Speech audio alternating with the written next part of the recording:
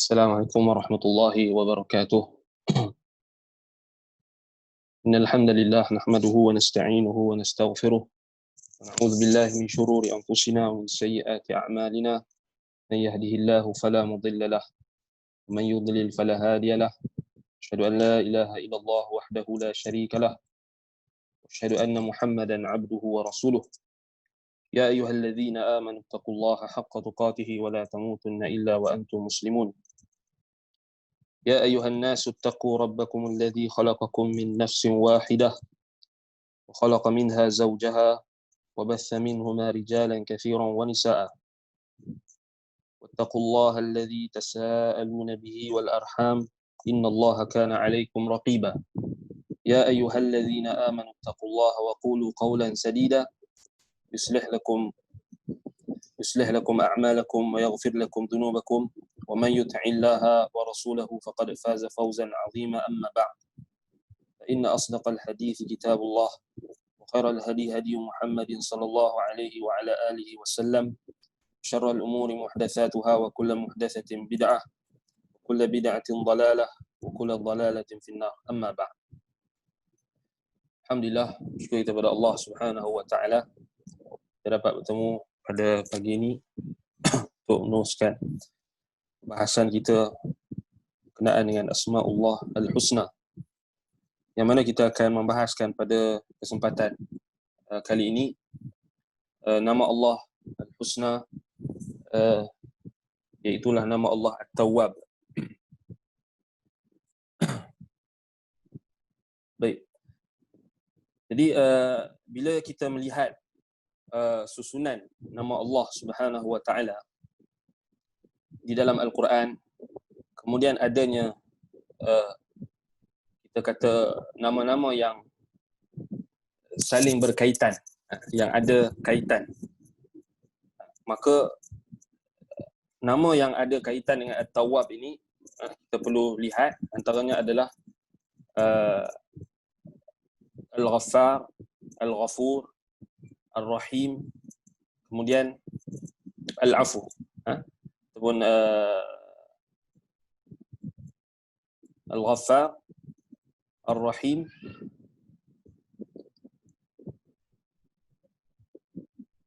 Al-Afu, Al-Ghafur, Al-Ghaffar, Ghafirudz Dzamb. Ini yang dalam kalau kita tengok yang ada kaitan. So kita ulang sekali lagi: At-Tawwab, Al-Afu, Al-Ghafur, Al-Ghaffar, Ghafirudz Dzamb. Ghafirudz Dzamb, Al-Afu, At-Tawwab, Al-Ghaffar, ataupun Al-Ghafur. Al-Ghaffar dengan Al-Ghafur. Baik. Jadi kita nak bahaskan tentang At-Tawwab. Baik, At-Tawwab, sebelum kita masuk, kita sentuh kaitan dengan nama-nama yang ada kaitan tadi. Baik, At-Tawwab disebutkan di dalam Al-Quran sebanyak 11 kali. Di dalam Al-Quran disebutkan nama Allah Al-Husna At-Tawwab sebanyak 11 kali di dalam Al-Quran, dan 9 daripada penyebutan nama At-Tawwab ini digandingkan dengan nama Allah Subhanahu wa taala Ar-Rahim. Contohnya di dalam surah Al-Baqarah. Maksudnya kita kena faham, dalam Al-Quran ada 11 tempat yang menyebutkan tentang nama Allah At-Tawwab. Dan 9 daripada 11 itu, 9 nama Allah tempat ataupun 9 tempat yang disebutkan nama Allah At-Tawwab ini digandingkan dengan nama Allah Ar-Rahim, yang Maha Mengasihani. Baik. Sebagaimana dalam surah Al-Baqarah ayat 37, Allah Subhanahu wa taala berfirman, "Fatalaqa Adamu min rabbih kalimatin fataba alaihi innahu huwat tawwabur rahim." Maka Adam bertaraqi, mengambil daripada Rabbnya kalimat, yakni kalimat taubat. Fataba alaih, maka Allah menerima taubatnya. Innahu huwat tawwabur rahim. Sesungguhnya dia Allah huwat tawwab, yang maha menerima taubat. Itu kita kata terjemahan yang standard lah, kita kata terjemahan yang biasa kita dengar. At-Tawwab, dia yang menerima taubat. Ar-Rahim, yang maha mengasihani. So dia di sini dalam surah Al-Baqarah ayat 37 digandingkan At-Tawwab dengan Ar-Rahim. Baik, ini satu ayat. Baik. Begitulah juga di dalam surah Al-Baqarah ayat 128. Dalam surah Al-Baqarah juga dalam ayat yang ke-128, nama Allah At-Tawwab, yang maha menerima taubat ini, digandingkan juga dengan namanya Ar-Rahim, yang maha mengasihani. Wa tub alaina innaka antat tawwabur rahim. Allah Taala berfirman, wa tub alaina innaka antat tawwabur rahim. Itulah apa? Iaitulah perkataan mereka yang bertaubat, dan terimalah taubat kami. Innaka antat tawwabur rahim. Sesungguhnya engkau at-tawwabu, yang maha menerima taubat. Ar-Rahim, digandingkan dengan nama Allah Ar-Rahim, yang ini maha mengasihani. Begitulah juga di dalam surah Al-Hujurat ayat 12. Jadi tadi dua ayat, ini ayat yang ketiga. Dalam surah Al-Hujurat ayat 12, Allah Ta'ala berfirman, wattaqullaha innallaha tawwabun rahim. Wattaqullaha innallaha tawwabur rahim. Dan bertakwalah kepada Allah, sesungguhnya Allah tawwabun, yang maha menerima taubat, rahimun, dan maha mengasihani. Baik. Itu ayat yang ketiga dalam surah Al-Hujurat ayat 12. Baik. Jadi tiga contoh ayat ini adalah apa? Yang datang kita kata apa? Digandingkan dengan Ar-Rahim. At-Tawwab, nama Allah At-Tawwab ini digandingkan dengan namanya Ar-Rahim. Baik. Kemudian di dalam surah An-Nur ayat 10. Ini kita bagi contoh, kita bagi contoh untuk kita nampak. Di dalam surah An-Nur ayat 10, satu tempat di mana penyebutan nama Allah At-Tawwab digandingkan dengan namanya Al-Hakim. Al-Hakim, yang maha bijaksana. Tadi Ar-Rahim, sekarang ni kita nak tengok ayat yang digandingkan nama Allah At-Tawwab dengan Al-Hakim. Nama Allah Al-Hakim. Di mana? Di dalam surah An-Nur ayat 10. Baik, firman Allah Subhanahu wa taala, "Walaula fadlullahi 'alaikum wa rahmatuhu wa anna Allaha tawwabun hakim." Kalaulah tidak kerana kurniaan Allah ke atas kalian dan rahmatnya, wa anna Allaha tawwabun hakim, dan bahawasanya Allah tawwabun, yang maha menerima taubat, hakimun, yang maha bijaksana. Baik. Jadi itu dalam surah An-Nur ayat 10. Contoh yang berikutnya kita nak lihat datang dalam ayat Al-Quran, penyebutan nama Allah At-Tawwab datang secara mufrad. Apa maksud mufrad? Maksudnya bersendirian, tanpa digandingkan. Tanpa digandingkan dengan nama Allah Al-Hakim ataupun Ar-Rahim. Mana dalilnya? Di dalam surah An-Nasr. Iaitulah ayat yang ketiga. Idza jaa nasrullahi wal fath wa ra'aitan nasa yadkhuluna fi dinillahi afwaja fasabbih bihamdi rabbika wastaghfir innahu kana tawwaba. Innahu kana tawwaba. Dalam surah An-Nasr ayat 3. Allah Taala perintahkan Nabi Muhammad sallallahu alaihi wasallam, fasabbih bihamdi rabbika wastaghfir, maka bertasbihlah dengan memuji nama Tuhanmu dan juga beristighfarlah, memohon keampunan kepadanya. Innahu kana tawwaba, sesungguhnya dia Allah Taala kana tawwaba, maha menerima taubat.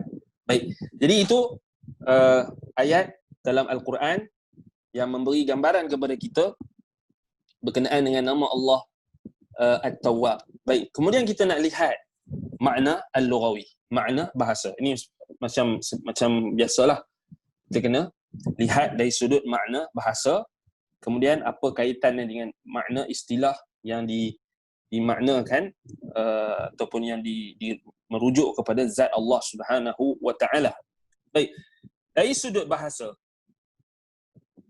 at-ta, al-waw, al-ba, maksudnya at-tawwab dari kalimah kata akarnya ataupun kata dasarnya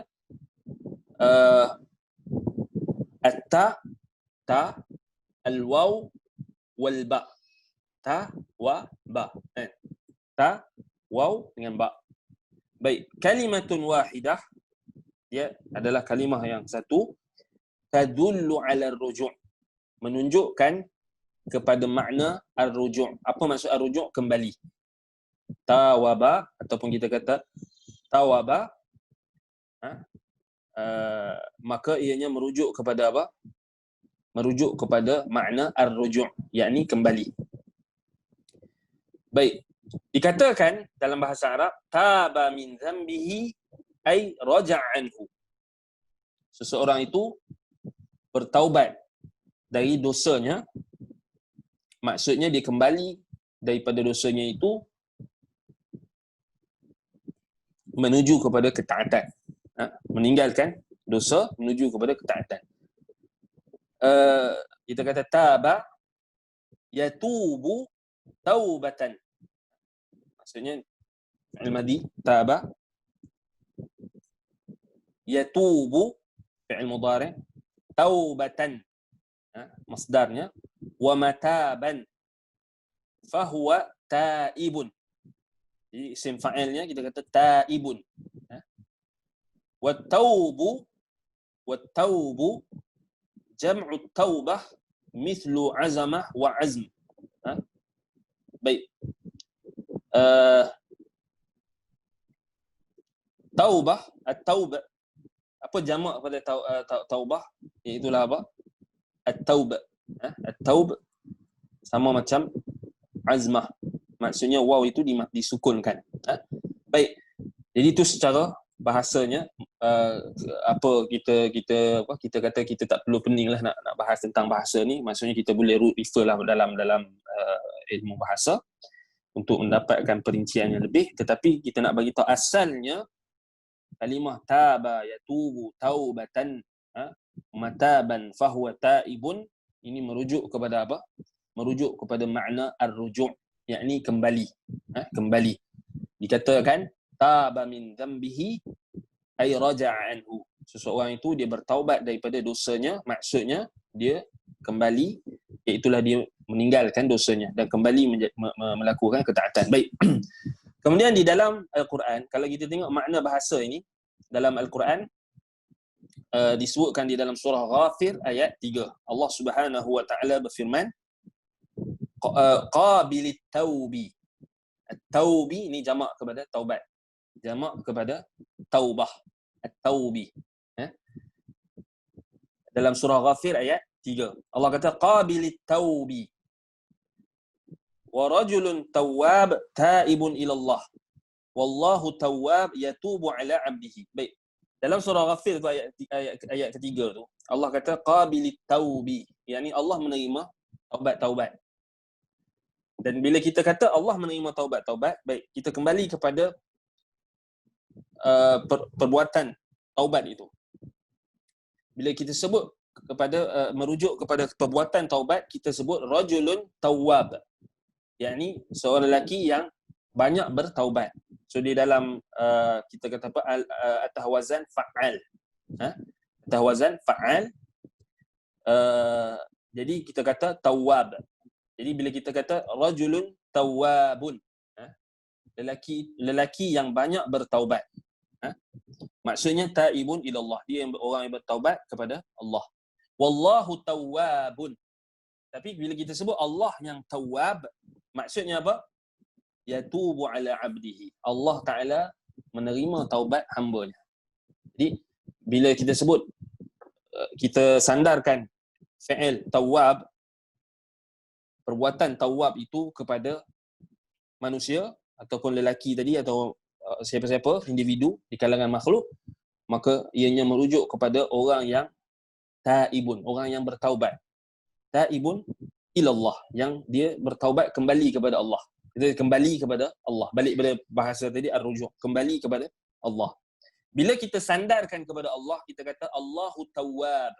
Macam apa? Innahu kana tawwaba. Allahu tawwab. Maka ia merujuk bahawasanya apa? Merujuk kepada Allah menerima taubat hamba-Nya. Yatubu ala abdihi. Allahu yatubu ala abdihi. Baik. Ini disebutkan oleh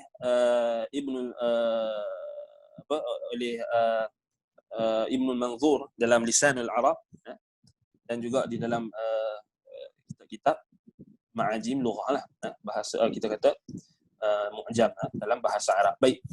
Kemudian kita lihat perkataan Az-Zajjaj. Az-Zajjaj dia kata apa? Tawwab ala wazni fa'al. Min taba yatubu wa fa'al min abniyatil mubalaghah. Mithlu darrab lil kathiri darb wa qattal li kathiri al-qatl. Jadi ini dari sudut susunan huruf ataupun susunan perkataan itu, maksudnya ianya tawab ni datang daripada wazan fa'al. Fa'al ini adalah apa? Abniyatul mubalaghah. Maksudnya apa? Kita kata sirah mubalaghah, yang menunjukkan apa? Banyak. Menunjukkan selalu banyak. Contohnya bila kita kata darrab, maksudnya merujuk kepada orang yang banyak memukul. Qattal, fa'al kan. Qattal merujuk kepada apa? Kathirul qatl, banyak membunuh ataupun banyak kita kata melakukan peperangan ataupun membunuh. Tawwab maksudnya banyak menerima taubat. Maksudnya menerima taubat yang banyak, ataupun boleh kita kata juga menerima taubat yang dilakukan secara kerap ataupun berterusan dan berulang-ulang. Itu maksud at-tawwab dari sudut bahasa Arab. Baik. Kemudian kita nak lihat makna dari sudut istilah, iaitulah makna fi haqqillahi azza wa jalla. Makna dari sudut kita nak lihat pada hak Allah azza wa jalla. Jadi kita nak ini makna istilah merujuk kepada apa yang nak dimaksudkan at-tawwab pada hak Allah Subhanahu wa taala. Baik. Kata al-Imam At-Tabari rahimahullah ketika menafsirkan firman Allah Subhanahu wa taala, innahu huwat tawwabur rahim.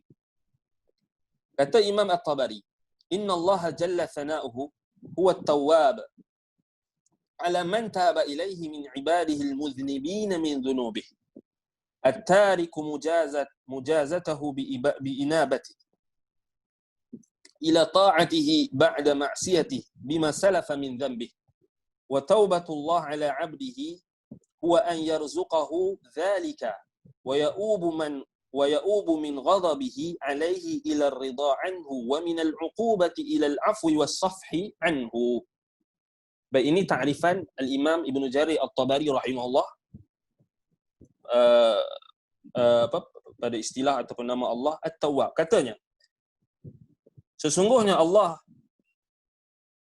jalla thana'uhu At-Tawwab, dia adalah At-Tawwab. Apa maksud Tawwab? Maksudnya dia menerima taubat hamba-hambanya yang berdosa, yang bertaubat daripada dosa-dosa mereka. Kita ulang sekali lagi. Huwa at-Tawwab ala man taba ilaih. Allah Subhanahu wa taala At-Tawwab, menerima taubat bagi sesiapa yang bertaubat kepadanya, yakni yang kembali kepadanya. Yang bertaubat, yang kembali kepadanya di kalangan hamba-hambanya yang mudhnibin, yang melakukan dosa, min dhunubihi, yang nak kembali kepada Allah daripada yang nak meninggalkan dosa-dosanya dan nak kembali kepada Allah. At-tariku mujazatahu bi inabatihi ila ta'atihi, dan Allah Subhanahu wa taala dia meninggalkan balasan yang ataupun hukuman ataupun balasan disebabkan oleh kembalinya hamba-Nya itu kepada ketaatan terhadapnya. Setelah dia melakukan maksiat, dan dia bertaubat daripada apa yang dia telah lakukan pada dahulunya daripada dosanya. Baik. Maksudnya di sini yang pertama, Allah Subhanahu Wa Taala menerima taubat orang yang bertaubat. Maksudnya orang tu kena bertaubat dulu. Kan? Di kalangan siapa? Di kalangan hamba-hambanya yang melakukan dosa. Hamba-hambanya maksudnya syarat orang tu nak diterima taubatnya, dia mesti mengabdikan diri kepada Allah. Syarat dia mesti mengabdikan diri kepada Allah. Syarat dia mesti tauhid. Nampak? Baru Allah akan terima taubat dia. Nampak? Ta'rifan Ibnu Jarir At-Tabari ni daqiq. Kemudian apabila dia bertaubat kepada Allah, Allah akan meninggalkan balasan. Maksudnya Allah takkan menghukumnya. Disebabkan oleh dia kembali kepada Allah setelah dia melakukan dosa dan dia melepaskan dirinya daripada dosa tersebut. Baik. Dan makna yang berikutnya, taubat Allah kepada hamba-hambanya ini, maksudnya Allah menerima taubat hamba-hambanya ini, bagaimana lagi bentuk maknanya? Iaitulah Allah Subhanahu Wa Taala merezekikan, memberi rezeki ataupun merezekikan taubat itu kepada hambanya yang terpilih. Maksudnya Allah Ta'ala yang bagi hambanya yang dia pilih untuk bertaubat. Dan kembalilah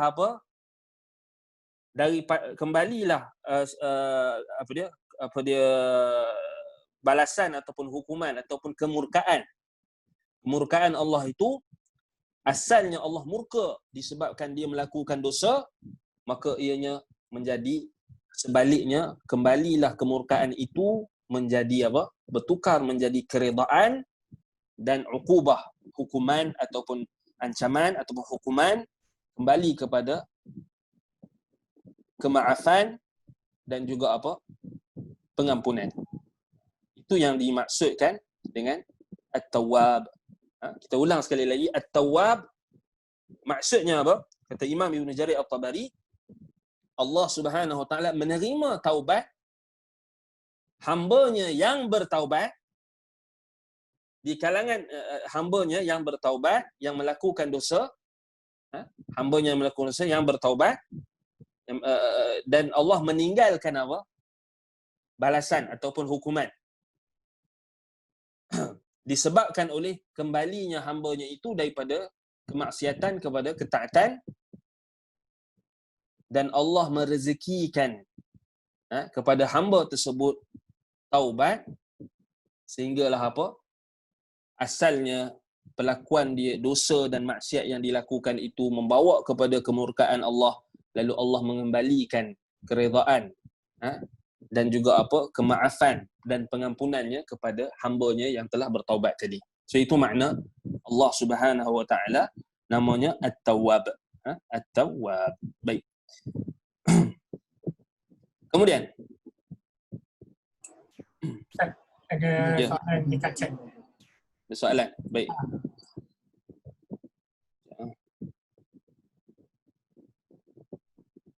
Baik, apakah kita boleh tahu taubat kita diterima oleh Allah? Baik, nanti kita akan jawab kemudian insya-Allah. Baik. Jadi Hasan, jazakallah khair atas soalan. Nanti anda akan jawab soalan ini pada perbahasan yang akan datang. Maksudnya kita akan sampai pada waktunya. Baik. Jadi di sini kita kata makna taubat itu mestilah hamba itu bertaubat. Takrifan daripada Ibnu Jarir At-Tabari rahimahullah, mestilah hamba itu mengabdikan diri kepada Allah. Maksudnya tauhid. Kan, mesti mentauhid dengan Allah. Dan mesti bertaubat. Maksudnya mesti kembali kepada Allah dan meninggalkan dosa-dosa yang telah, menyesal dengan dosa-dosanya yang telah lalu, dan meninggalkan dosa-dosa yang telah lalu, dan tidak mengulangi atau berazam untuk tidak mengulangi dosa-dosanya yang telah lalu. Itu balik kembali kepada syarat-syarat taubat. Baik.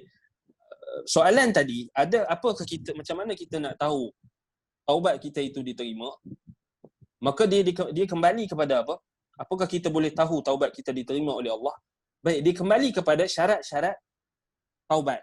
Syarat-syarat yang dibahaskan oleh para ulama berkenaan dengan syarat taubat. Iaitulah apa? Antaranya meninggalkan atau menyesal atas dosa-dosa yang telah lalu, kemudian meninggalkan dosa yang dilakukan tersebut, kemudian berazam untuk tidak mengulangi dosa tersebut. Jika ada dosa yang melibatkan hak manusia, maka perlulah dikembalikan hak tersebut kepada manusia. Itu tambahan. Dan sebahagian ulama lagi menjelaskan taubat berkenaan dengan taubat, contohnya taubat ahli bid'ah misalnya, ataupun penyeru kepada bid'ah misalnya, penyeru kepada maksiat ataupun penyeru kepada bid'ah, ataupun mereka yang mengajak kepada kebatilan. Iaitulah dosanya antara dia dengan Allah, kemudian dosanya dengan makhluk, kerana dia telah menyesatkan orang lain. Maka di situ syaratnya mestilah kena apa? Dia kena menjelaskan kebatilan yang dia telah serukan. Itu tambahan. Baik, macam adakah kita boleh tahu macam mana taubat kita diterima? Baik. Secara ringkasnya, macam mana kita nak tahu taubat kita diterima?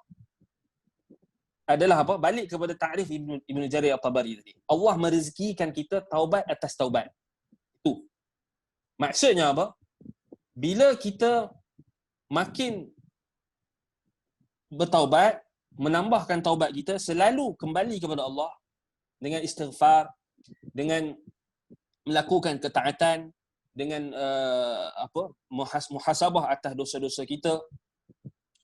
Maksudnya tanda taubat kita diterima oleh Allah adalah kita melazimi taubat. Kita melazimi taubat. Apa dalilnya? Dalilnya jelas di dalam Al-Quran, bila Allah Subhanahu wa taala memerintahkan Nabi kita sallallahu alaihi wasallam, fasabbih bihamdi rabbika wastaghfir innahu kana tawwaba. So Allah Taala perintahkan Nabi Muhammad sallallahu alaihi wasallam supaya apa? Bertasbih, memuji Allah dan beristighfar, memohon keampunan. Innahu kana tawwaba. So Allah Taala tutupkan dengan namanya Tawwab, iaitu dia menerima taubat. Maksud tawwab juga kita kata, kita masuk dah tadi, dia menerima taubat hamba-Nya yang berterusan. Itu antara makna tawwab. Maksudnya apa? Tidak mungkin kita boleh faham taubat ini hanya berlaku sekali. Ataupun hanya berlaku sekali, okey sudah. Saya dah bertaubat daripada dosa yang terlalu, okey sudah. Cukup. Tak perlu taubat lagi. Tak. Bahkan kata para ulama, antaranya Imam Ibn Al-Qayyim rahimahullah, berapa banyak taubat yang perlukan lagi taubat. So maksudnya taubat ni dia kena berterusan. Apa maksud taubat berterusan ni? Maksudnya kita sentiasa kembali kepada Allah. Wa anibu ila rabbikum. Wa anibu ilaih. Kembalilah apa? Kepada Tuhan. Fafirru ila Allah. Berlarilah kepada Allah. Maksudnya segera bertaubat. Maksudnya kita kata itu antara cara yang kita kata yang paling mudah untuk kita tahu taubat kita diterima. Kita direzekikan oleh Allah untuk bertaubat, untuk berterusan dalam taubat. Baik, walaupun kita dah meninggalkan dosa yang kita tinggalkan itu, tetapi kata Imam Ibn Al-Qayyim rahimahullah, setiap taubat berhajatkan kepada taubat. Setiap taubat berhajatkan kepada taubat. Apa maksud dia? Maksudnya simple. Kita kena sentiasa bertaubat. Kita kena sentiasa istighfar, memohon keampunan kepada Allah dan kembali kepada Allah. Itu maksud dia. Contohlah, kita bagi contoh. Katakan, baik, kita dahulu pernah melakukan satu dosa atau memaksiat. Dosa antara kita dengan Allah Subhanahu wa taala. Contohlah kita bagi, katakan dulu sebelum kita mengenal agama, sebelum kita mengenal sunnah, sebelum kita mengenal Islam, kita berada dalam kejahilan, dan kita, contohnya kita, misalnya kita kita buka aurat, contoh. Kita dulu buat buka aurat. Baik, bila kita bertaubat, kita menutup aurat. Betul tak? Kita menutup aurat. Baik. Bila kita menutup aurat itu, kita dah bertaubat. Menutup aurat, perbuatan kita menutup aurat setelah kita tidak menutup aurat tadi, kita melakukan dosa tadi, berhajatkan lagi kepada taubat. Apa contohnya? Maksudnya kita menyempurnakan perintah Allah dalam menutup aurat. Maksudnya kita sentiasa berjaga-jaga, sentiasa berwaspada, sentiasa melazimi ketaatan Allah, ketaatan terhadap Allah Subhanahu Wa Taala, iaitu dalam rangka kita menutup aurat. Contoh, dengan apa? Macam mana kita berterusan taubat ni? Dengan kita menambahkan ilmu tentang aurat, menambahkan keimanan kita tentang perintah-perintah Allah, hikmah yang disebutkan oleh para ulama berkenaan dengan menutup aurat, menambahkan keimanan kita terhadap perintah supaya menutup aurat ini. Itulah yang menatijahkan kita akan mengetahui akan ada kekurangan kita dalam melakukan ketaatan kepada Allah. Contoh. Itu contoh. Baik. Jadi itu maksudnya kesimpulan bagi jawapan soalan tadi. Maksudnya mudah je kita kata macam mana kita nak tahu Allah Ta'ala terima taubat kita, iaitulah Allah merezekikan kita untuk berterusan dalam bertaubat.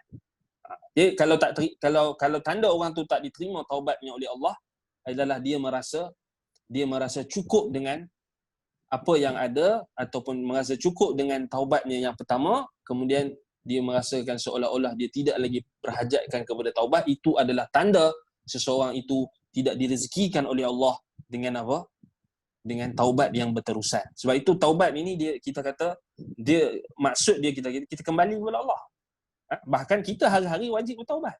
Bahkan Nabi SAW setiap hari lebih daripada 70 kali Nabi SAW akan beristighfar.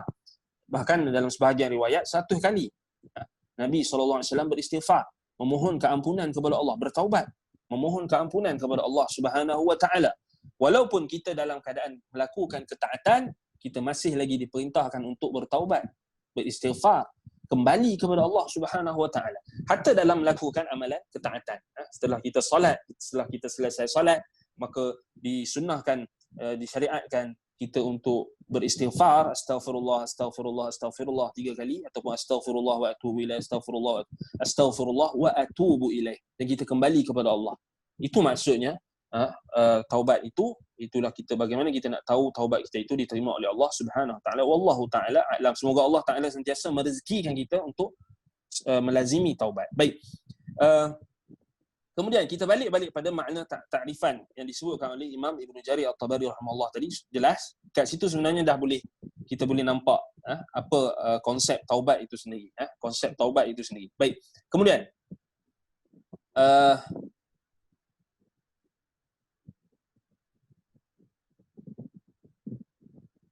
kata Imam Ibn Qayyim rahimahullah di dalam Nuniyahnya, dia kata apa?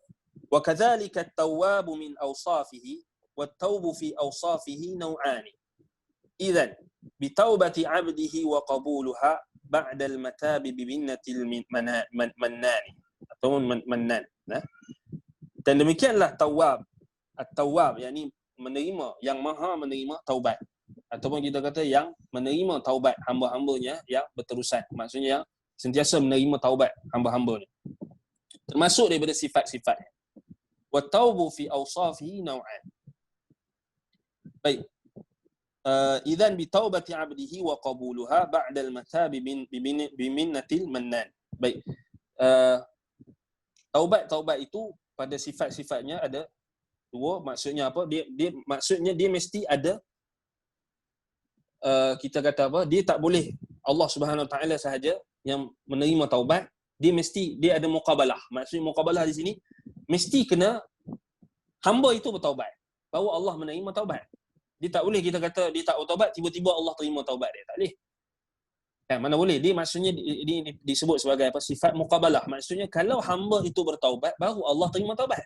Dia tak boleh, dia tak bertaubat, dia masih lagi buat maksiat, masih lagi, kemudian dia kata moga Allah terima taubat aku. Tak boleh. Dia mesti bertaubat dulu. Dia mesti kembali kepada Allah Subhanahu Wa Taala dahulu, kemudian barulah Allah Subhanahu Wa Taala akan menerima taubatnya. Itu maksud dia. Baik. Kemudian Imam Ibn Qayyim dia sebutkan lagi.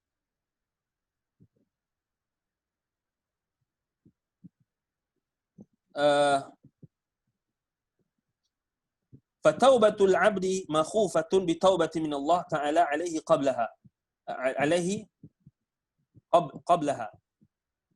وتوبة الثانية منه عليه قبولا ورضا فله الفضل في التوبة والكرم أولا وآخرا لا إله إلا هو. Baik.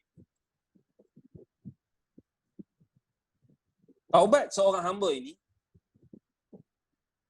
dia ada, kita kata, dia berlaku, kita kata, dengan seorang hamba, dia merasa takut akan taubatnya itu tidak diterima oleh Allah Subhanahu Wa Taala, dan menatijahkan taubat yang berikutnya, taubat yang kedua, ketiga dan keempat yang dilakukan supaya diharapkan apa? Penerimaan dan juga keredaan Allah Subhanahu Wa Taala. Maksudnya itu yang dimaksudkan dengan kita kata apa? Bila Imam Ibn Qayyim rahimahullah sebut apa? Berkenaan dengan apa? Wa kadzalika at-tawwabu min awsafi wa tawbu bi awsafi naw'an idzan bi tawbati 'abdi wa qabulaha ba'da al-matabi min minnatil mannan. Makhufatan bi tawbati min Allah Ta'ala 'alaihi qablaha wa tawbatu ats-tsaniyah min 'alaihi qabulan wa ridha falahu al-fadlu fi at-tawbah wal karam awalan wa akhiran la ilaha illallah. Maksudnya di sini bila kita sebut tawwab tadi, rajulun tawwab, lelaki yang banyak bertaubat. Apa maksud banyak bertaubat itu? Maksud banyak bertaubat, dia kena mengulang-ulang taubat dia. Macam tu lah kita kata. Dia kena ulang-ulang taubat dia. Dia kena sentiasa kembali kepada Allah Subhanahu Wa Taala. Dia kena sentiasa kembali kepada Allah, beristighfar, memohon keampunan dan kembali kepada Allah Subhanahu Wa Taala. Maka taubat yang kedua, yang ketiga, yang keempat dan yang seterusnya itu diharapkan penerimaan dan keredaan Allah Subhanahu Wa Taala daripada taubat yang banyak itu. Sebab itulah kita bincangkan tadi, kenapa nama Allah At-Tawwab ini datang dalam sirah mubalaghah. Kerana apa? Berhajatkan kepada seorang hamba itu memperbanyakkan taubat. Nampak? Memperbanyakkan taubat. Bila seorang hamba itu memperbanyakkan taubat, memperbanyakkan istighfar, memperbanyakkan kembalinya kepada Allah Subhanahu Wa Taala, sama ada dalam lisan, sama ada melalui perbuatan, sama ada dalam kita kata melalui zikir-zikir yang disyariatkan, diucapkan istighfar dan sebagainya, maka apa? Maka di situlah Allah Subhanahu Wa Taala akan menerima taubatnya dengan berterusan. Maksudnya Allah Taala akan sentiasa terima taubat dia. Baik.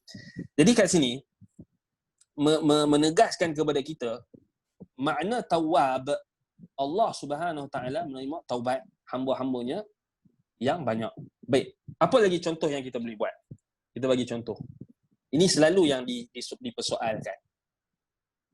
Adakah bila kita terjebak dalam satu dosa, kemudian kita bertaubat, kemudian kita jatuh balik dalam dosa yang sama, kemudian kita bertaubat, adakah Allah terima taubat macam tu? Ya. Ini maksudnya apa? Bila kita beriman dengan nama Allah At-Tawwab, kita faham bahawasanya Allah Subhanahu Wa Taala tidak pernah meletakkan batasan.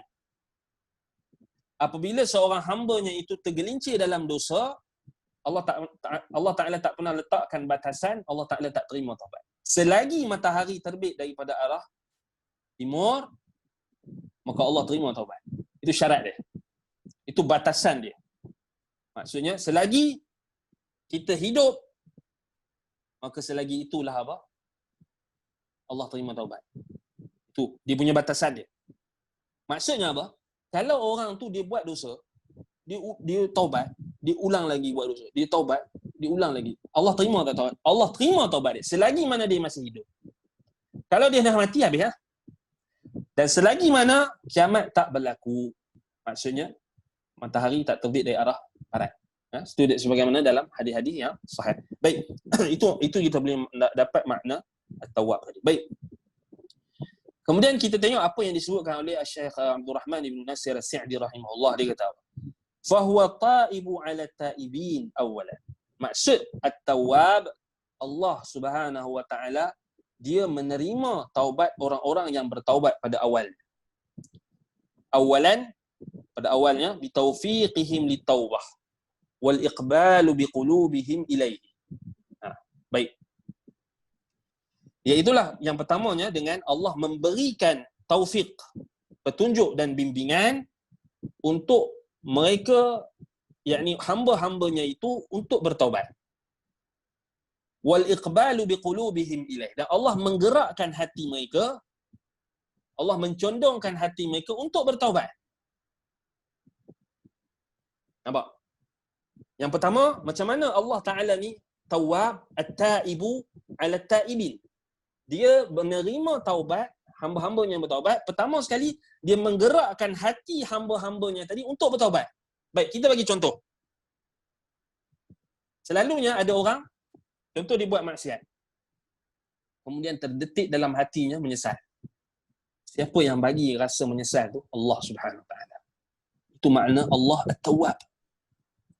Ada orang dia buka aurat. Bila dia tengah buka aurat, dia rasa tak sedap hati. Dia rasa macam dia melakukan dia rasa berat. Kebanyakan kalau kita tengok di kalangan saudara-saudara kita yang masih lagi tak menutup aurat, yang jahil, ataupun kita kata yang ada lagi hawa nafsu dan sebagainya, kadang-kadang mereka merasakan tak selesa. Contoh, orang semua duk tengok, kemudian mula terdetik hati apa? Dalam hatinya terdetik rasa nak bertaubat. Kalau aku tutup aurat ni, dia datang terdetik hati. Baik. Itu siapa yang bagi? Allah Subhanahu Wa Taala At-Tawwab. Dia yang menggerakkan hati hamba-hambanya untuk bertaubat. Dia yang mencondongkan hati hamba-hambanya untuk bertaubat. Nampak? Dan ini berlaku pada semua kita. Semua kita. Kita melakukan kesalahan. Contohnya kita mengumpat orang. Lepas mengumpat tu kita Allahu Akbar, Astaghfirullah wa atubu ilaih. Kita rasa apa? Menyesal aku mengumpat dia. Betul tak? Siapa yang bagi kita rasa menyesal tu? Allah At-Tawwab. Dia yang bagi kita rasa menyesal. Apa lagi? Kita marah dekat kucing. Ada orang dia kadang-kadang dia marah dengan binatang, dengan kucing. Contohnya kucing tu kucing curi barang dia ke?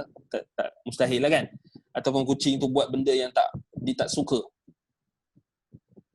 Dia tendang kucing ke? Kemudian dia akan datang rasa apa? Akan rasa menyesal. Kan? Dia marah. Kemudian dia menyesal. Siapa yang datangkan rasa menyesal tu? Allah Subhanahu Wa Taala. Ada orang dia mencuri. Dia merompak. Kemudian Allah Ta'ala datangkan ke dalam hatinya rasa menyesal. Siapa yang datangkan rasa menyesal tu? Allah At-Tawwab. Allah yang menerima taubat. Dia yang mendatangkan rasa untuk hambanya itu kembali kepada Allah. Ada orang yang berzina contohnya. Kemudian dia merasakan berat. Dan dia merasakan dirinya itu adalah dalam keadaan yang sangat rosak, sangat kotor. Lalu Allah yang menggerakkan hatinya untuk bertaubat. Ada orang melakukan kesyirikan, minta kepada selain Allah. Kemudian dia rasa, tak logik aku boleh minta dekat wali-wali ni. Aku tak minta dekat Allah. Wali-wali ni tak boleh bagi apa pun. Dia pun minta tolong orang doa dekat dia. Tolong minta keampunan dekat dia. Dia pun fikir, siapa yang menggerakkan dia untuk bertaubat? Allah Subhanahu Wa Taala At-Tawwab. Kiaskan pada semua dosa-dosa. Tak kiralah dosa kecil atau dosa besar. Selagi mana ada nyawa dan Allah Ta'ala nak gerakkan hatinya untuk bertaubat, maka Allah akan gerakkan. Sebab apa? Sebab Allah yang memegang hati-hati manusia. Baik, bukan kita. Sebab itu kita jangan meremehkan mereka-mereka yang ingin bertaubat. Contohnya golongan LGBT ke, etis ke, nak bertaubat. Ataupun dia ada buah-buah nak bertaubat. Kita yang kena tunjuk jalan. Kita yang kena bagi pimpin tangan dia supaya dia bertaubat kepada Allah Subhanahu Wa Taala. Supaya dia mengenal agama yang benar. Bukan dia pergi jumpa apa? Orang yang entah apa-apa. Kan? Baik. Jadi itu yang pertama kata Imam As-Sa'di rahimahullah, awalan bi tawfiqihim lit-taubah wal iqbal bi qulubihim ilaih. Allah yang menggerakkan hati, mencondongkan hati hamba-hambanya tadi yang berdosa untuk bertaubat dan memberi taufik. Baik. Wa huwa taibu ala taibin ba'da taubatihim qabulan laha wa afwan an khatayahum. Yang kedua, Allah Subhanahu Wa Taala menerima taubat hamba-hambanya yang bertaubat. Setelah mereka bertaubat, Allah menerima taubat mereka, Allah mengampunkan dosa-dosa mereka dan kesalahan mereka. Maksudnya itu berlaku proses. Maksudnya Allah mula At-Tawwab, Allah Ta'ala gerakkan hati hamba-Nya tadi untuk bertaubat. Allah condongkan hatinya untuk kembali kepada Allah. Kemudian yang kedua, Allah Subhanahu Wa Taala mengampunkan dosanya setelah dia bertaubat. Dan Allah Subhanahu Wa Taala mengangkat hukuman ataupun balasan ataupun kemurkaannya kepada hamba-Nya yang bertaubat tadi. Subhanallah. Itu yang dimaknakan dengan makna At-Tawwab yang disebutkan oleh para ulama, antaranya Al-Imam Ibn Al-Qayyim rahimahullah. Kemudian dijelaskan oleh Syekh Abdul Rahman Ibn Nasir As-Sa'di rahimahullah. Sebab itu kalau kita tengok di sini, maka Allah Subhanahu Wa Taala menyifatkan namanya, menamakan dengan namanya itu dengan Tawwab, kerana di dalam nama Allah At-Tawwab itu terkandungnya sifat At-Tawwab, kerana Allah Subhanahu Wa Taala banyak menerima taubat hamba-hambanya, dan taubat hamba-hambanya yang banyak itu walaupun berulang-ulang pada satu individu yang sama, Allah Taala tetap terima. Dan itu menunjukkan apa? Allah Subhanahu Wa Taala Tawwab Ar-Rahim. At-Tawwab Ar-Rahim. Dia mengasihani kita. Sebab itu kita datangkan ayat dalam surah Al-Baqarah, dan surah yang awal kita datangkan dalam surah Al-Baqarah ayat 37, innahu huwat tawwabur rahim. Kemudian dalam surah Al-Baqarah ayat 128, innaka antat tawwabur rahim, digandingkan dengan apa? Ar-Rahim. Yang ini apa signifikan digandingkan dengan Ar-Rahim? Itu menunjukkan rahmat Allah Subhanahu Wa Taala kepada hamba-hambanya yang bertaubat, mereka akan diterima taubat mereka oleh Allah Subhanahu Wa Taala. Sebab itu kita tak boleh menutup pintu taubat kepada mana-mana orang. Kita tak boleh menutup pintu rahmat Allah, kerana taubat ni termasuk daripada rahmat Allah. Rahmat Allah kepada hamba-hamba. Baik. Kemudian kita nak lihat tentang asar, kesan-kesan ataupun tuntutan kita beriman dengan nama Allah At-Tawwab. Yang pertama, kesan kita beriman dengan nama Allah At-Tawwab ianya menatijahkan kecintaan kepada Allah Azza wa Jalla. Kecintaan yang benar kepada Allah Subhanahu Wa Taala. Kerana kita kenal Allah Subhanahu Wa Taala, dia Maha menerima taubat hamba-hamba. Dan itu menunjukkan Allah Subhanahu Wa Taala merahmati hamba-hamba dengan rahmatnya dan dengan kelembutannya. Dan Allah memberikan petunjuk kepada kita untuk bertaubat dan untuk kembali kepadanya. Allah Subhanahu Wa Taala tidak mengazab kita setelah kita melakukan dosa. Tak ada orang yang dia buat dosa terus Allah Taala panah petir ke, ataupun Allah Subhanahu Wa Taala jatuhkan dia ke, ataupun Allah Taala matikan dia ke. Tak. Itu dalil menunjukkan apa? Allah Taala Ar-Rahim, At-Tawwab, dia nak bagi peluang kepada hamba-Nya supaya bertaubat kepada Allah, supaya kembali kepada Allah Subhanahu Wa Taala. Dan kita kena faham bahawasanya apa? Allah Subhanahu Wa Taala yang menggerakkan hati-hati kita untuk bertaubat. Bahkan Allah Subhanahu Wa Taala dalam hadis yang sahih, Allah sangat gembira, yafrah, Allah Taala sangat gembira dengan taubat hamba-Nya. Lebih lagi, lebih gembira daripada apa? Daripada seorang pengembara yang hilang untanya di tanah yang ataupun di padang pasir yang lapang.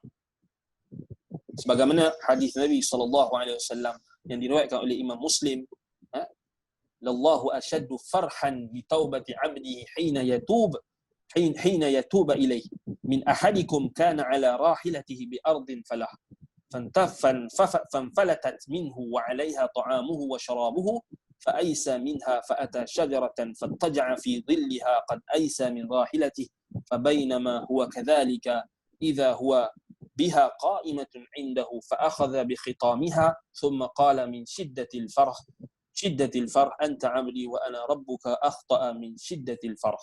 Baik. Allah Subhanahu Wa Taala benar-benar gembira dengan taubat hamba-Nya ketika dia bertaubat kepada Allah.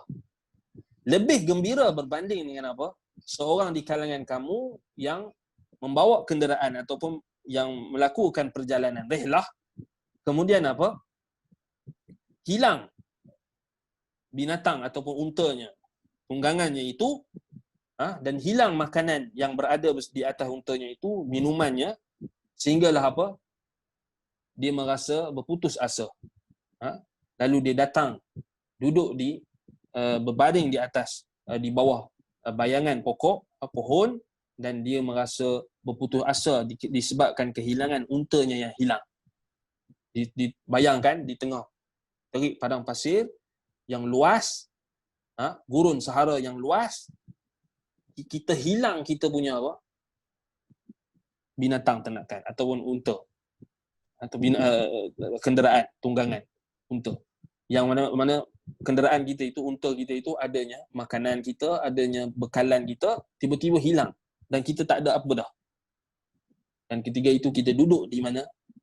Berehat di bawah bayangan pohon, kita duduk dalam keadaan kita berputus asa, tiba-tiba unta yang kita hilang itu datang betul-betul depan mata kita.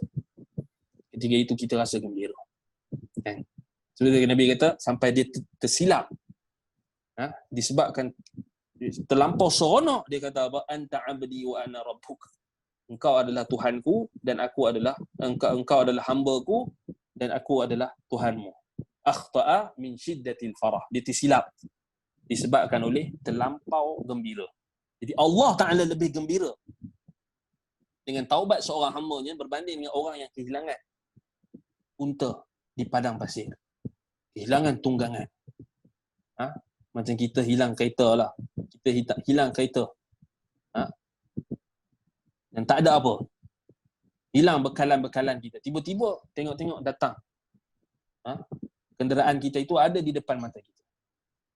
Memang seronok sangat lah kan. Memang kita akan seronok sampai boleh-boleh jadi kita akan mengungkapkan perkataan yang salah disebabkan terlampau seronok. Itu yang dimaksudkan di dalam hadis yang diriwayatkan oleh Imam Muslim rahimahullah, Allahu asyaddu farhan bi taubati 'abdihi hina yatuba ilaihi min ahadikum kana 'ala rahilatihi bi ardin falah. Allah Subhanahu wa taala lebih gembira, sangat gembira dengan taubat hamba-hambanya. Jadi ini mengisbatkan sifat Allah yang kita kata sifat farah, sifat gembira. Allah Ta'ala gembira. Allah gembira dengan hamba-Nya yang bertaubat. Subhanallah. Bayangkan, maksudnya kita akan mendapat keampunan Allah dan kita mendapat apa? Kita dapat, maksudnya Allah Subhanahu Wa Ta'ala gembira dengan perbuatan kita yang bertaubat kepada Allah Subhanahu Wa Ta'ala. Itu menunjukkan apa? Rahim. Allah Subhanahu Wa Ta'ala, rahmat Allah itu Ar-Rahim. Yang dia merahmati hamba-hambanya, dan antara bentuk rahmat Allah Subhanahu Wa Taala, dia memberikan hambanya itu kesempatan untuk bertaubat dan dia menggerakkan hati hamba-hambanya yang terpilih itu untuk bertaubat. Jadi bersyukurlah kepada Allah Subhanahu Wa Taala jika kita diberikan nikmat ini, kita diberikan rahmat ini, iaitulah kita termasuk di kalangan apa? Orang-orang yang banyak bertaubat, banyak kembali kepada Allah. Innahu kana inna Allah yuhibbut tawabin wa yuhibbul mutatahhirin. Sesungguhnya Allah innahu yuhibbut tawabin, inna Allah yuhibbut tawabin wa yuhibbul mutatahhirin. Allah Subhanahu wa taala menyintai orang-orang yang banyak bertaubat dan orang yang menyucikan diri. Baik. Yang kedua, faedah ataupun tuntutan ataupun kesan keimanan kita kepada nama Allah Al-Husna At-Tawwab, iaitulah apa? Ifradullah Azza wa Jalla bit-taubati wa talabil afwi wa ghufrani dhunub. Ini penting. Kita menunggalkan taubat kita, yakni taubat ni apa? Ibadah.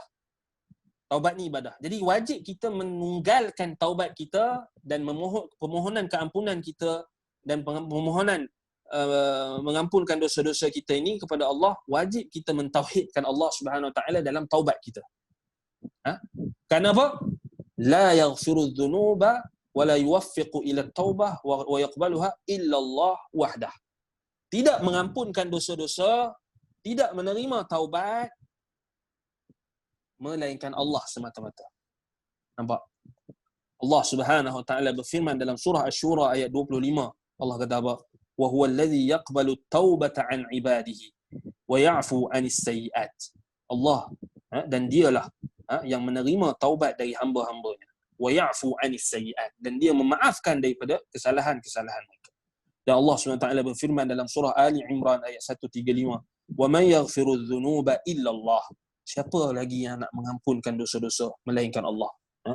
Tidak ada yang mengampunkan dosa melainkan Allah. Baik. Maka taubat ini adalah ibadah. At-taubah huwa ibadah. At-taubah hiya al-ibadah. Taubat itu adalah ibadah. Yang wajib kita mentauhidkan taubat kita hanya kepada Allah Subhanahu wa taala. Persamaan taubat ini sama seperti ibadat-ibadat yang lain, seperti solat, seperti istighatsah, seperti isti'anah, permohonan kita memohon keampunan, memohon pertolongan di saat kesulitan. Isti'anah, memohon pertolongan kepada Allah. Istighfar, memohon keampunan. Lagi apa lagi? Solat kita, zakat kita. Inna salati wa nusuki wa mahyaya wa mamati lillahi rabbil alamin la syarikalah.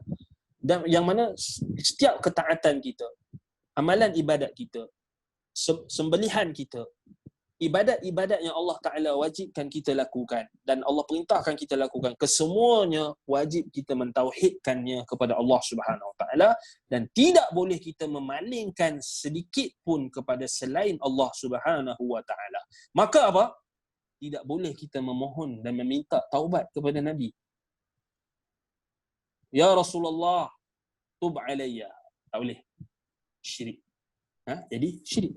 Wahai Rasulullah, terimalah taubatku. Syirik. Tidak juga kepada malaikat malakun muqarrab, tidak juga kepada malaikat yang didekatkan kepada Allah. Ya Jibril, tub alaina. Wahai Jibril, terimalah taubat kami. Apa jadi? Syirik. Syirik akbar. Terkeluar daripada Islam. Tak diampunkan oleh Allah Subhanahu Wa Taala, wal iyaz billah. Maka apa? Kita tak boleh memohon taubat, minta keampunan atau minta kembali, minta diterima taubat ni kepada Nabi ataupun malaikat ataupun wali. Wahai Tok Guru, ampunilah dosaku. Boleh tak? Tak boleh. Tak boleh. Baik. Sebab itu Nabi Allah Subhanahu Wa Taala menyebutkan di dalam surah Ali Imran ayat 128, Allah kata apa? Laisa laka minal amri syai'un aw yatuba alaihim aw yu'adzibahum fa innahum zalimun. Sesungguhnya tidaklah bagi engkau wahai Muhammad, wahai Nabi, daripada urusan, iaitulah apa? Sedikit pun daripada urusan, sama ada untuk menerima taubat mereka ataupun mengazab mereka, sesungguhnya mereka adalah orang-orang yang zalim. Allah menafikan apa? Nabi Muhammad sallallahu alaihi wasallam tidak ada urusan untuk menerima taubat. Tak boleh. Nampak? Jadi ini membantah golongan Nasara dan juga ghulatus sufiyah, pelampau-pelampau sufism yang mana mereka menjadikan rahib-rahib, rahban, kita kata rahib-rahib mereka, ulama-ulama mereka sebagai syuraka, sekutu bagi Allah dalam menerima taubat. Sehingga apa? Orang Kristian, mereka nak minta keampunan, mereka kena pergi bertemu dengan apa? Padri. Rahib dulu. Dia kena confess. Dia kena mengaku dulu dosa depan padri. Dia kena apa? Dia kena macam zaman pertengahan dulu, zaman kegelapan dulu, dark age, apa yang berlaku?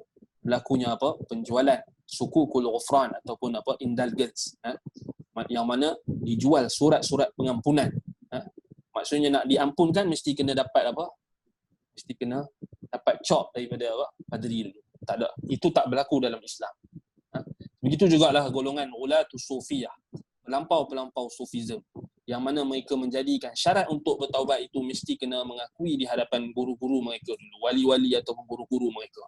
Ini pun adalah satu bentuk bid'ah yang sesat, yang akan menjerumuskan pelakunya ke dalam kemurkaan Allah Subhanahu Wa Taala, wal iyad billah. Sebab itu kalau kita tengok balik mereka mendakwa, maksudnya padri-padri itu boleh mengampunkan dosa, kemudian diberikan indulgence, surat pengampunan, surat sukukul ghufran dikeluarkan dan sebagainya, kena mengaku dulu dosa itu di hadapan padri ataupun di hadapan rahib. Maka ini adalah sesuatu yang bercanggah dengan tauhid, iaitulah bercanggah dengan apa? Konsep kita beriman dengan nama Allah At-Tawwab. Kerana Allah sahaja yang menerima taubat. Allah Ta'ala tak pernah bagi urusan ni kepada Nabi Muhammad. Sebagaimana ada seorang ustaz ni, dulu waktu kami mengaji di Madinah, dibawa jemaah umrah ataupun jemaah haji, kemudian dia menggalakkan jemaah-jemaah umrah ini supaya memohon keampunan di kubur Nabi. Subhanallah. Kesesatan yang nyata, kesyirikan yang nyata. Dia kata apa? Kita kena minta ampun daripada Nabi. bukan daripada Allah dan nabi-nabi. Apa logik dia? Logik dia macam logik orang musyrikin lah. Kita banyak dosa, so kita perlu perantara. So perantara dia siapa? Nabi. So Nabi yang akan menyampaikan taubat kita kepada Allah. Itu dia punya logik. Sedangkan logik ini adalah logik musyrikin, logik yang kita kata tidak logik. Kerana Allah Subhanahu Wa Taala sahaja At-Tawwab. Dia sahaja yang menerima taubat. Nabi-nabi, malaikat, wali diberikan keizinan untuk memberi syafaat, tetapi tidak diberikan keupayaan untuk mengampunkan dosa-dosa. Kerana nabi-nabi dan malaikat, wali-wali, mereka adalah makhluk. Mereka bukan Tuhan. So, kenapa kita zalim, kita letak kedudukan nabi-nabi ini sebagai kedudukan Tuhan, hingga boleh mengampunkan dosa dan sebagainya. Wal'iyadzubillah. Nas'alullah salamata wal'afiyah. Baik. Kemudian, yang ketiga, antara tuntutan kita beriman dengan nama Allah Subhanahu Wa Taala At-Tawwab, iaitulah apa?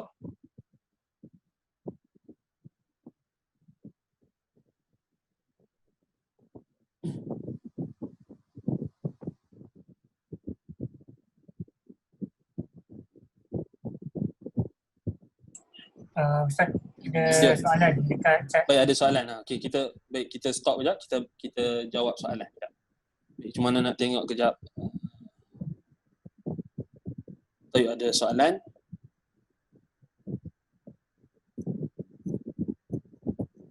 Okeylah, kita sampai 11 suku. Nak tengok jadual. Takut terlajak. Baik. Okey, kita tengok soalan.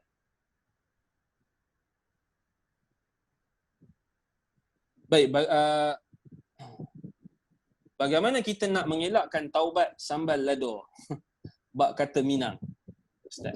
Bila pedas dia berhenti, bila terasa teringin sambal tadi dia terulang pula. Contoh lain, bila beratik dibaca pelan-pelan, bila dah berjamaah pun dia pun balun sampai pingsan ikut jamaah. Konon itu khusyuk. Baik, lucu soalan ini. Bahasa yang digunakan ni lucu lah. Sambal lado, bak kata Minang, sambal lado. Bila pedas dia berhenti, bila terasa teringin sambal tadi dia ulang pula, dia ulang lagi. Maksudnya taubat yang kita kata adanya sawarif ataupun adanya penghalang, maksud soalan ni taubat yang kita kata yang dihalang oleh keinginan hawa nafsu. Maksudnya yang dipengaruhi oleh hawa nafsu. Contoh lain dia ni beratib bila baca pelan-pelan, bila dah berjamaah dia pun balun sampai pingsan ikut jemaah, konon itu khusyuk. Baik.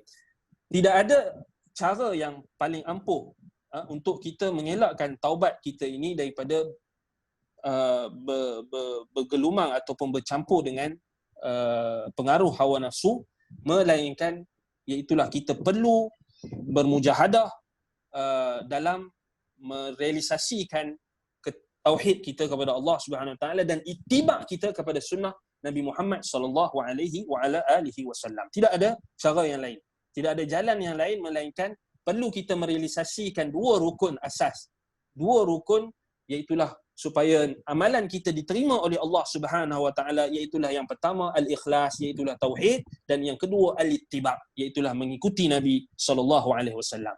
Itu sahaja cara dia. Tak ada cara lain, tak ada kita kata apa, tak ada shortcut ataupun jalan lain ke, tak ada. Itu saja cara dia. Mesti kita kena bermujahadah, merealisasikan keikhlasan kita, tauhid kita. Maksudnya mana yang kita rasa kurang. Kalau kita rasa, macam contoh soalan tadi, dia rasa bila dia duduk meratik pelan-pelan, bila dia duduk ramai-ramai, dia meratik ramai-ramai juga. Sampai apa? Dia melakukan perkara-perkara yang bercanggah dengan sunnah, maka dia kena mujahadah dirinya supaya melazimi sunnah. Dan bermujahadah juga supaya menjauhi perkara-perkara yang boleh membawa kepada bid'ah, ke bid'ah yang boleh merosakkan dua kalimah syahadahnya, iaitu la asyhadu an la ilaha illallah wa asyhadu anna Muhammadan abduhu wa rasuluh. Kerana apa? Kerana syirik akan merosakkan la ilaha illallah, manakala bid'ah pula akan merosakkan pengakuan kita, syahadah kita yang kedua, itulah Muhammadur Rasulullah wa anna Muhammadan abduhu wa rasuluh. Sebab itu tak ada cara lain. Mesti kita kena mujahadah. Kita kena sungguh-sungguhlah menuntut ilmu, belajar tentang tauhid lagi. Maksudnya kena teruskan mujahadah. Kemudian kena cuba untuk melawan hawa nafsu tadi. Maksudnya macam tadi kan, kita kata bila dia dah ramai-ramai ni dia tak boleh nak elak. Baik, macam mana? Cara yang paling ampuh, Nabi SAW di dalam hadis-hadisnya, dalam sunnah Nabi, dalam perbuatan para sahabat, mereka memerintahkan kita supaya menjauhi majlis-majlis yang ada di dalamnya bid'ah dan majlis-majlis yang kita kata adanya kemaksiatan dan juga bid'ah, seperti apa majlis berzikir ramai-ramai tadi, elakkan. Maksudnya cara dia supaya macam mana kita nak elak daripada taubat sambal lado tadi, maksudnya kita elakkan terus. Baik, kita elakkan terus daripada terlibat atau terjebak di dalam perbuatan-perbuatan yang bercanggah dengan sunnah Nabi SAW. Sebab apa? Sebab hati kita ni lemah.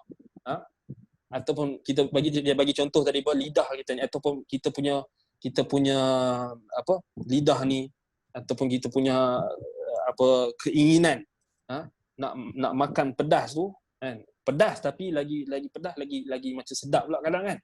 Macam itulah keinginan kita. Kalau kita layan lagi keinginan tu, maka itu yang akan membuka kepada pintu-pintu kerosakan. Wal'iyadzubillah, kita minta lindung. Akhir sekali dia jadi sebati lah. Dia jadi, jangan sampai sambal lado tu dah jadi macam tak pedas lah. Dah kita tak rasa pedas dah. Rasa macam makan nasi je sambal lado tu. Jangan sampai macam tu. Puncanya kenapa? Kerana kita dah terbiasa. Ada orang dia makan sambal lado tu, dia jadi manis. Walaupun pedas, bagi dia tak pedas. Sebab apa? Dia dah biasa. Sama juga macam bid'ah. Bid'ah ni kalau orang tu dah buat, dia dah sebati bid'ah, dia dah jadi lazat. Itu jangan sampai hawa nafsu menguasai kita. Sebab itu ahlul bid'ah dinamakan ahlul ahwa. Kerana mereka mengikuti hawa nafsu. Jangan sampai hawa nafsu mendominasi kita. Sebab itu kita kena elakkan bid'ah ini walaupun sekecil mana, dan kita minta lindung kepada Allah Subhanahu Wa Taala dengan menjauhi perkara-perkara tersebut. Baik, tuntutan yang ketiga ataupun kesan yang ketiga kita beriman dengan nama Allah Subhanahu Wa Taala At-Tawwab, iaitulah apa? Menatijahkan kepada kita rasa malu kepada Allah Subhanahu Wa Taala. Al-haya'u minallahi azza wa jalla. Kerana apa? Kerana kita rasa bahawasanya Allah Subhanahu Wa Taala, tengok, kita dah lah buat dosa, kita dah lah buat salah, kita dah buat macam-macam dosa. Tak tahulah banyak sangat dosa kita ni. Kalau kita nak muhasabah diri kita, kita tengok pada diri kita ni, kita kena faham. Kita ini adalah hamba Allah yang banyak dosa. Nabi SAW sebut dalam hadis yang sahih, dalam hadis qudsi. Allah Ta'ala katakan, "Ya ibadi, innakum tukhti'una bil-laili wan-nahar." Wahai hamba-hambaku, sesungguhnya kalian melakukan dosa, kesalahan siang malam pagi petang. Wa ana aghfiru dzunuba jami'a, dan aku mengampunkan dosa kesemuanya. Fastaghfiruni aghfir lakum, maka mohonlah keampunan kepada aku akan ampunkan. Baik, banyak dosa kita dengan Allah SWT. Sedangkan dalam masa yang sama, Allah Ta'ala telah beri kepada kita ni nikmat-nikmat yang sangat banyak. Nikmat-nikmat yang kita tak mampu nak hitung. Kalau kita nak hitung nikmat-nikmat Allah yang ada pada tangan kita, yang ada pada mata kita, yang ada pada seluruh anggota badan kita, yang sama ada yang zahir ataupun yang batin, kita tak mampu nak kira dan hitung nikmat-nikmat Allah. Tiba-tiba kita melakukan apa yang Allah Subhanahu Taala beri nikmat ini, kita melakukan dosa. Kita membalas nikmat Allah itu dengan dosa. Sebab itu bila kita beriman dengan nama Allah At-Tawwab, dia menatijahkan rasa malu. Rasa malu nak buat dosa. Rasa malu. Sebab itu, sebab apa? Sebab Allah Ta'ala mengampunkan kita. Walaupun apa? Walaupun kita buat dosa, Allah ampunkan juga. Allah tak terus azab kita. Sebab itu kita kena apa? Rasa malu.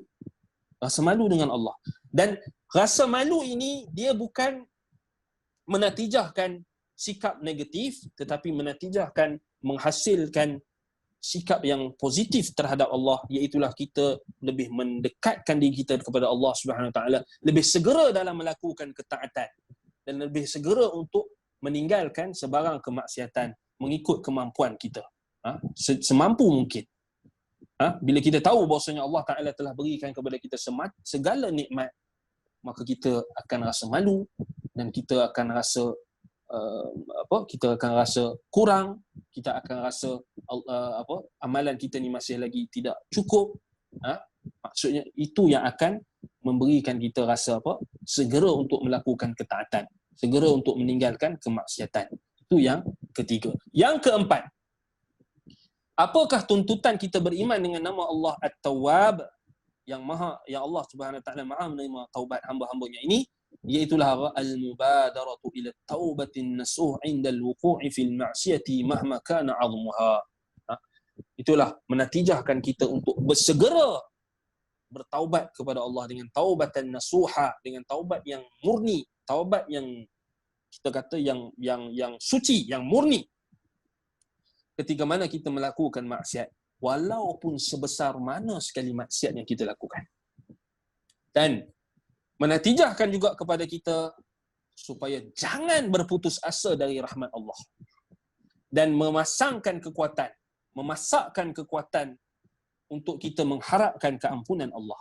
Karena Allah Subhanahu wa taala At-Tawwabur Rahimul Ghafurul Wadud. Dia adalah Maha menerima taubat, Maha mengasihani, Maha mengampunkan dosa-dosa hamba, menutup dosa-dosa hamba, dan Maha mengasihani. Tetapi perlu kita tak sedar bahawasanya mestilah taubat itu apa? Mestilah taubat itu dilakukan dengan sebaik-baik taubat, sebaik-baik dan sebenar-benar taubat. Kerana tidak bermanfaat kalau kita melakukan taubat macam taubat sambal lado tadi, taubat ataupun taubat saja tapi dia tak taubat.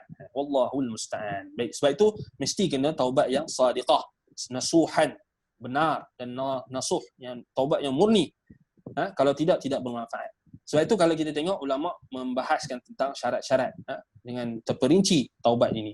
Baik, kita nak tengok di sini syarat yang disebutkan antaranya oleh Ar-Raghib Al-Asfahani di dalam kitabnya Al-Mufradat. Dia kata apa? At-taubatu hiya tarku adh-dhanbi ala ajmalil wujuh wa huwa ablaghu wujuhil i'tidhar fa inna al-i'tidhar ala thalathati awjuh. Baik, taubat ini, apa maksud taubat menurut Ar-Raghib Al-Asfahani? Dia kata apa? Dia kata taubat ini kita meninggalkan dosa dengan sebaik-baik wajah. Maksudnya dengan sebaik-baik keadaan. Wa huwa ablaghu wujuhul i'tidhar, dan dia adalah apa? Alasan ataupun keuzuran yang paling tinggi. Kerana apa? Keuzuran ataupun alasan ini ada 3 jenis. Sama ada bila kita lakukan dosa, kita tak mengaku. Imma ayaqul al-mu'tadhir lam af'al. Orang bila dia buat salah, dia tak mengaku. Lam af'al, aku tak buat. Atau yaqul fa'altu li ajli kadza. Nampak? Ataupun dia akan memberi alasan, dia kata aku buat ni sebab sekian. Dia bagi alasan. Yang kedua, au fa'altu wa asa'tu wa qad aqla'tu wa la rabi'un lidhalika wa hadha al-akhir huwa at-taubah. Yang ketiga, dia mengaku aku dah buat dan aku memang buat dosa. Aku memang buat salah. Dan aku menyesal. Dan aku nak tanggalkan dosa aku ni. Aku tak mau dah buat. Yang keempat ni, yang ketiga ni, itulah makna taubat.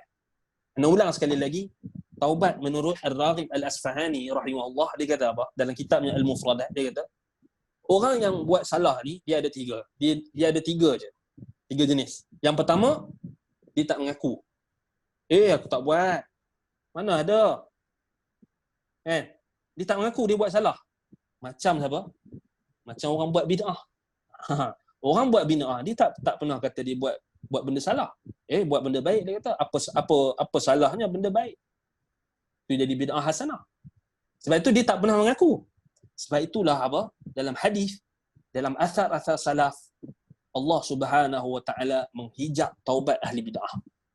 Allah tak terima taubat ahli bid'ah. Apa maksud Allah Taala tak terima taubat ahli bid'ah? Maksudnya susah untuk dia bertaubat. Bukan dia tak semestinya dia tak bertaubat. Banyak je ahli bid'ah yang bertaubat. Tetapi susah kalau dia dah jadi apa? Sambal lado tadi. Kalau dia dah sebati bid'ah tu, dia susah dah nak tanggal, itu bahaya. Sebab dia takkan mengaku dia salah. Lam af'al. Aku tak buat dosa. Aku buat benda baik. Kan? Benda baik ni baca Quran ramai-ramai. Apa salahnya? Daripada aku pergi, dia mula kias kan. Apa salahnya? Sambut Maulid Nabi. Apa salahnya? Kita menunjukkan rasa cinta kepada Nabi. Apa salahnya? Dia bagi alasan pula. Itu yang kedua. Yang jenis kedua, dia buat salah, dia bagi alasan. Kami buat ni, ni bid'ah juga. Selalunya orang buat bid'ah juga. Apa ni kami buat ni? Sebab kami banyak dosa lah kami minta dekat sebab kami banyak dosa ni lah kami minta syafaat dekat Nabi, kami minta dekat wali. Dia bagi alasan. Fa'altu li adli kaza wa kaza. Yang ni pun bukan taubat. Ini bukan taubat. Dia orang yang mu'tazir, dia ada keuzuran, dia cari keuzuran, dia tak diberikan keuzuran oleh Allah. Yang ketiga, jenis yang ketiga, dia mengaku, dia menyesal dan dia berazam untuk menanggal kesalahannya. Dia mengaku, dia kata aku buat memang ini dosa. Memang aku buat ni dosa. Selalunya orang yang melakukan dosa dan dia tahu benda tu dosa. Dia bukan bid'ah kan. Dia buat dosa, dia tahu benda tu dosa. Orang yang minum arak, dia tahu minum arak ni adalah dosa. Lalu dia pun bertaubat. Mengaku perbuatan itu adalah dosa. Orang ini kalau dia tinggalkan perbuatan itu, ini baru dikatakan taubat. Baik. Sebab itu kata Raghib Al-Asfahani, dia kata apa? Wa hadzal akhiru huwa at-taubah. Yang akhir, yang ketiga tadi itulah baru taubat. Menyesal, ditinggalkan, dia tak mau ulang lagi. Itu baru taubat. Baik. Wa taubatu fi syar'i tarku dzam li qubhihi wan nadmu ala ma farata minhu wal azimah ala tarki al-mu'awadah وتدارك ما أمكنه أن يتدارك من الأعمال بالإعادة فما تجتمعت هذه الأربعة فقد كمل شرائط التوبة. Baik. Taubat dari sudut syarak, kata Ar-Raghib Al-Asfahani rahimahullah, dia kata apa? Meninggalkan dosa kerana kehodohan ataupun kejelekan, keburukan dosa tersebut. Apa? Meninggalkan dosa kerana kejelekan ataupun kerosakan dosa tersebut. Dia bukan tinggal kerana dia tak mampu, ataupun kerana dia dah contohnya dulu waktu dia ada tangan dia suka main judi, contoh. Ataupun waktu dia ada tangan dia suka mencuri. Bila tangan dia dah tak ada, kena potong, dia tak mencuri, dia buat benda lain. Jadi dia tinggalkan kita kata apa, perbuatan mencuri, dosa dia itu kerana ada faktor yang lain, kerana dia tak mampu, contoh. Ini bukan taubat. Taubat dia tinggalkan perbuatan tersebut kerana dia yakin bahawasanya perbuatan tersebut adalah jelek, perbuatan tersebut adalah dosa, perbuatan tersebut adalah hodoh, perbuatan tersebut adalah mengundang kemurkaan Allah. Ini baru taubat. Contoh yang lain kita kata, orang yang apa,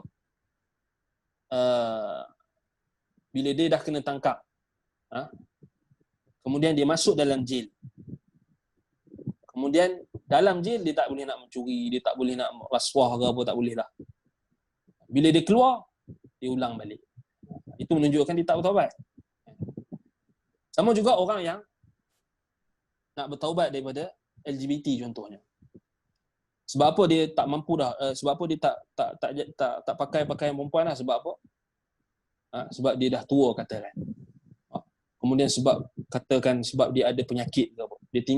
Dia tinggalkan perbuatan dosa tersebut kerana dia takut penyakit, contoh. Tak ada langsung rasa dia membenci apa perbuatan dosa tersebut, maka itu bukan taubat. Sebab itu dia mesti apa, tarku dzambi liqubhihi, mesti meninggalkan dosa. Dosa yang ditinggal kerana atas keyakinan bahwasanya dosa itu adalah sesuatu yang jelek, sesuatu yang dimurkai oleh Allah. Wan nadmu ala ma farata minhu, dan dia merasa menyesal atas kesalahan yang dia telah lakukan. Pertama, dia mesti tinggalkan dosa, ini syarat taubat. Iaitulah meninggalkan dosa kerana dosa itu adalah keburukan, bukan kerana tadi dia tak mampu. Nampak? Yang kedua, dia mesti menyesal, wan nadmu ala ma farata minhu, dia mesti menyesal atas apa yang dia telah luput, dia telah lakukan. Yang ketiga, syarat yang ketiga taubat, al-azimatu ala tarkil muawadah. Dia berazam untuk meninggalkan kebiasaan dosanya tadi yang dia telah lakukan. Berazam. Dia tak boleh dia kata, nanti kalau tangan aku ni sembuh balik ni, aku curi balik. Tak boleh. Tak boleh. Dia tak jadi taubat. Sebab dia ada keazaman nak buat balik. Tapi kalau orang tu dia kata, kalau tangan aku ni sembuh balik ke, sakit balik ke, sembuh, aku takkan buat lagi, aku takkan mencuri lagi selama-lamanya sampai aku mati. Itu taubat. Nampak? Itu contoh. Contoh yang lain kita bagi bid'ah sikit. Kita bagi yang bid'ah. Dia tinggal apa? Dia tinggalkan bid'ah, contoh. Sebab apa? Sebab kampung dia semua sunnah contoh. Dia kata kalau lah kampung aku ni mai orang buat bid'ah balik, aku ikut lah. Ni sebab masyarakat semua buat sunnah, aku tak ikut, aku tak boleh nak buat apa nanti dia kata aku bid'ah. Tapi kalau orang lain mai buat balik bid'ah, aku buat balik. Itu tak jadi. Dia mesti kena azam untuk tinggalkan melakukan bid'ah tersebut atau dosa tersebut. Kita bagi contoh bid'ah lah, banyak bid'ah kan. Kemudian yang keempat, wa tadaruku ma amkanahu an yutadaraka min al-a'mal bil i'adah. Dan dia berusaha untuk memperbaiki apa sahaja amalan-amalan yang terluput disebabkan dosa-dosanya itu mengikut kemampuannya daripada amalan-amalannya soleh. Maksudnya dia mesti disertakan dengan taubat, itu mesti disertakan dengan amal, diiringi dengan amalan-amalan soleh. Kalau dia dahulu misalnya dia bertaubat daripada mengumpat, misalnya sahabat dia kena ikuti dengan apa? Sebahagian ulama bagi syarat. Macam mana kita nak bertaubat daripada mengumpat, dosa mengumpat sahabat kita? Kawan kita mengumpat dia. Kita kata benda yang sama ada dia tak suka ataupun dia suka. Kita mengumpat. Caranya adalah kita memuji dia. Puji dia. Belakang-belakang lah, jangan puji depan-depan. Kita tahu kita pernah mengumpat kawan kita. Kemudian, macam mana kita nak bertaubat daripada dosa mengumpat tadi? Kita puji dia. Tapi puji jangan depan-depan, puji di belakang dia. Contohnya dulu kita duk cakap dekat dia ni kedekut lah, ataupun dia ni kita gosip ke dia apa benda kan, kita cakap benda yang tak sepatutnya ataupun benda yang sama ada betul ataupun tak betul. Apa yang kita kena buat di belakang dia juga, kita bila ada orang cuba untuk mentohmah dia ataupun untuk mengumpat dia lagi, kita kena defend dia ataupun kita kena puji dia. Tak, aku kenal dia kan, aku kenal dia, dia ni orang yang baik. Contoh kalau kita pernah mengumpat orang. So, itu antara yang disyaratkan oleh para ulama. Maksudnya yutadaraka minal a'mal ma amkanahu minal a'mal bil i'adah. Maksudnya kita iringi dengan amalan yang kita mampu. Contoh macam orang yang berzina kan. Contohnya dia pernah berzina. Macam mana cara untuk selain daripada meninggalkan perbuatan perzinaan? Baik, dia meninggalkan perbuatan perzinaan yang telah lalu, kemudian dia berazam, dia meninggalkan perzinaan itu disebabkan oleh bukan kerana dia tak mampu, tetapi kerana zina itu adalah fahisyah, adalah perkara yang keji, perkara yang jijik, yang dimurkai oleh Allah. Kemudian dia menyesal atas apa yang dia telah lakukan dahulu dia telah lakukan. Kalau dia tak menyesal, dia bangga lagi, tak jadi, dia taubat lah. Dia cerita pula kat orang, tak boleh. Jaja pula kat orang, tak boleh. Dia kena menyesal. Kan? Dan dia berazam untuk tak ulang. Dia tak boleh kata, nanti kalau aku cantik balik aku nak buat, ataupun aku handsome balik aku nak buat lah. Tak boleh lah. Kan? Tak boleh. Baik. Dan dia kena iringi dengan amalan soleh. Solat, zakat ke, puasa ke, menikah. Dan menikah disalurkan apa? Nafsu dia, syahwat nafsu dia yang jahat itu disalurkan kepada ketaatan terhadap Allah, iaitu dalam rangka perkara yang halal. Nikah. Dia menikah, okey. Dia nak menikah 4 ke, nak menikah 3 ke, nak menikah Rasidah kan. Yang penting apa? Dia melakukan ketaatan, dia melakukan apa? Perkara yang kita kata boleh menjadi gandingan ataupun iringan bagi amalan-amalan dia yang rosak yang lalu, yang dia telah menyesal, supaya adanya amalan ketaatan. Sebab itu Nabi SAW bagi tahu tentang pensyariatan nikah ini. Maksudnya seseorang lelaki apabila dia mendatangi isterinya, maka itu adalah sedekah. Itu adalah sedekah, bahkan ibadah. Nampak? Baik. Jadi kata Imam Al-Asfahani, Ar-Raghi Al-Asfahani kata, "Famata ijtama'ati hadhihi al-arba'a faqad kamula syara'it at-taubah." Bila keempat-empat syarat ini telah lengkap, telah sempurna, maka telah sempurnalah syarat-syarat taubat. Itulah kita kata syarat-syarat taubat. Baik.